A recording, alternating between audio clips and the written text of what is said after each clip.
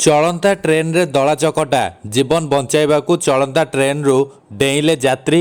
ଆସନ୍ତୁ ଜାଣିବା ଏହାର ସର୍ଭିସେସ୍ ଖବର ବିଷୟରେ।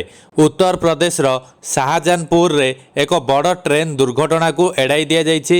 ହଠାତ୍ 50 ବେଗରେ ଚାଲୁଥିବା ପଞ୍ଜାବ ମେଲ୍ ଏକ୍ସପ୍ରେସରେ ଯାତ୍ରୀଙ୍କ ଚିତ୍କାର ଶୁଣାଯାଇଥିଲା। ବଞ୍ଚାଅ ବଞ୍ଚାଅ ଚିତ୍କାର ସହିତ ଲୋକେ ନିଜ ନିଜ ଜୀବନ ବଞ୍ଚାଇବା ପାଇଁ ଦଳା ଚକଟା ଆରମ୍ଭ କରିଦେଇଥିଲେ। ଯାତ୍ରୀମାନେ ଚଳନ୍ତା ଟ୍ରେନ୍କୁ ଡେଇଁବା ଆରମ୍ଭ କରିଥିଲେ। ତେବେ ଟ୍ରେନ୍କୁ ତୁରନ୍ତ ବନ୍ଦ କରିଦିଆଯାଇଥିଲା।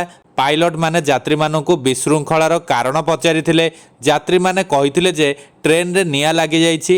ଏହା ଶୁଣିବା ମାତ୍ରେ ସମଗ୍ର ଟ୍ରେନ୍କୁ ଖାଲି କରିଦିଆଯାଇଥିଲା।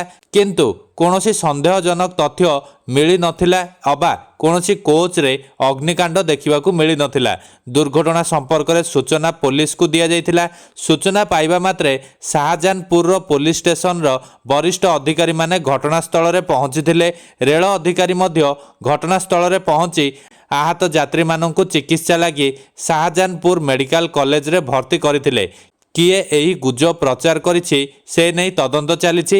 ଏହାଦ୍ୱାରା ଏକ ବଡ଼ ଦୁର୍ଘଟଣା ଘଟିଥାନ୍ତା ବୋଲି ଅଧିକାରୀମାନେ କହିଛନ୍ତି।